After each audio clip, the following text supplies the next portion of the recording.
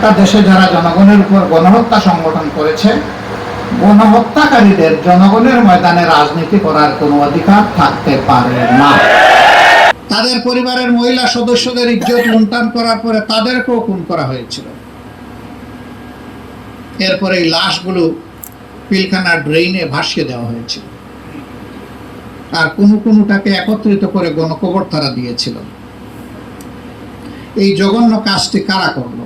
আমি ঢাকার কেন্দ্রীয় কারাগারে যখন গেলাম, তখন এই খুনের দায়ে অভিযুক্ত কয়েকজনের সাথে আমার সাক্ষাৎ হলো। আমি ওদের হাতের উপর হাত রেখে বললাম যে, মনে করো আমার হাতটি আল্লাহর কোরআন, তুমি বলো তো এই ষড়যন্ত্রের প্রক্রিয়ার সাথে জড়িত ছিল কিনা। এই বিভাগেরই একটা ছেলে, আমি নাম বলছি না, তার বিডিআর সদস্য, সে বললো আমি ছিলাম। আমি বললাম তোমরা নাকি অনেক মিটিং করেছো? বলে যে হ্যাঁ, 22টা মিটিং হয়েছে, আমি 21টাতে ছিলাম, একটা আমি অসুস্থতার কারণে যেতে পারি।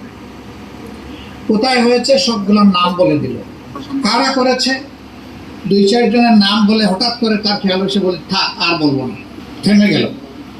যাদের নাম বললো এরা সামরিক বাহিনীর সাথে, বিডিআর এর সাথে জড়িত কেউ নয়। আফসোস, এই বিষয়টাকে কেন্দ্র করে সামরিক বাহিনীর প্রতিসাধন করা হলো, আর বিডিআর নামের আমাদের গর্বের যে বাহিনী ছিল এটাকে শেষ করে দেওয়া হলো। 15,000 সদস্যের বিরুদ্ধে মামলা করা হলো, 500-র অধিক চাবুকের তলে জীবন দিয়ে দুনিয়া থেকে বিদায় নিল। আরো 500-700-র বিরুদ্ধে, তাদের বিরুদ্ধে এখন ফাঁসির আদেশ ঝুলছে।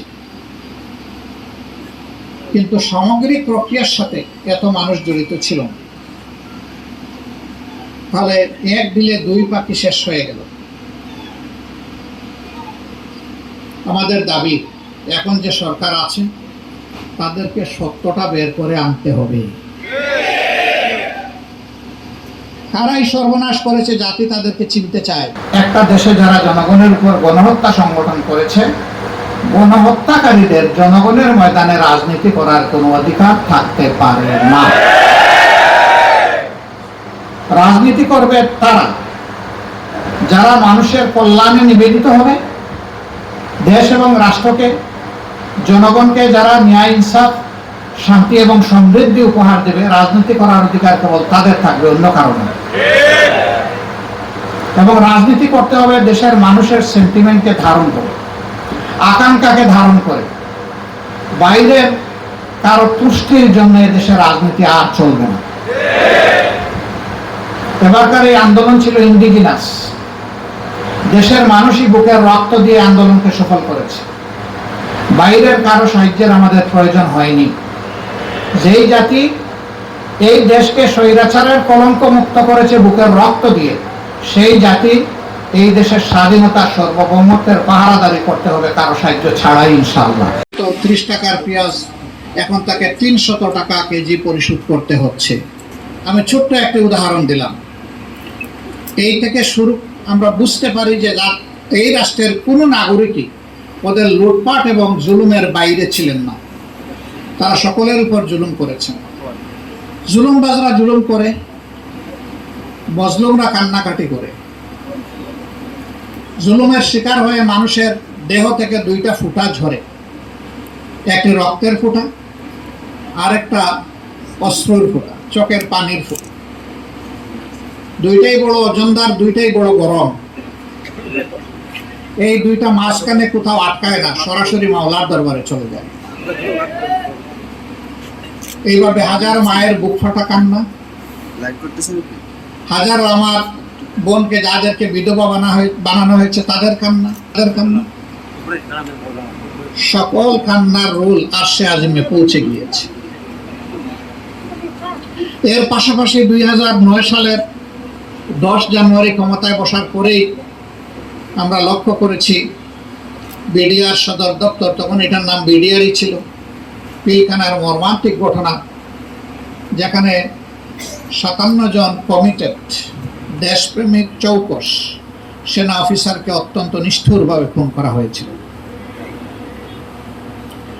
তাদের পরিবারের মহিলা সদস্যদের ইজ্জত লুণ্ঠন করার পরে তাদেরকেও খুন করা হয়েছিল।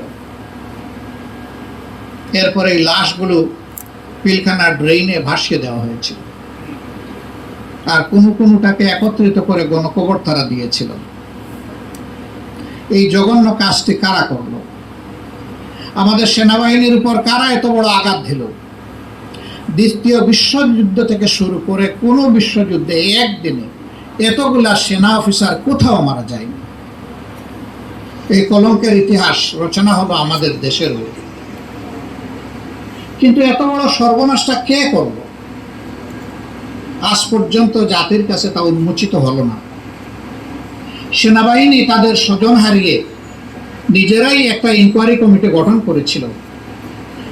3 দফা চাপ দিয়ে সেটাকে সংশোধন করার পরেও জনগণকে সেটা জানতে দেওয়া হয়নি। এ লুকোচুরি কি জন্য?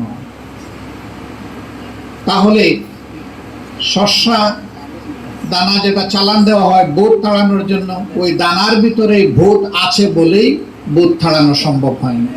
আজকের এই সম্মেলনে রুকন সব ভাই বোনেরা, আমি নিজে সহ আমরা এই শপথ, যখনই আমরা রুকনিয়াতের শপথ করতে বলা হয়েছে, আমাদের আমির যারা যখন এই শপথের জন্য আমাদেরকে আহ্বান জানিয়েছেন, তাদের সামনে দাঁড়িয়ে আমরা এই শপথ করেছি।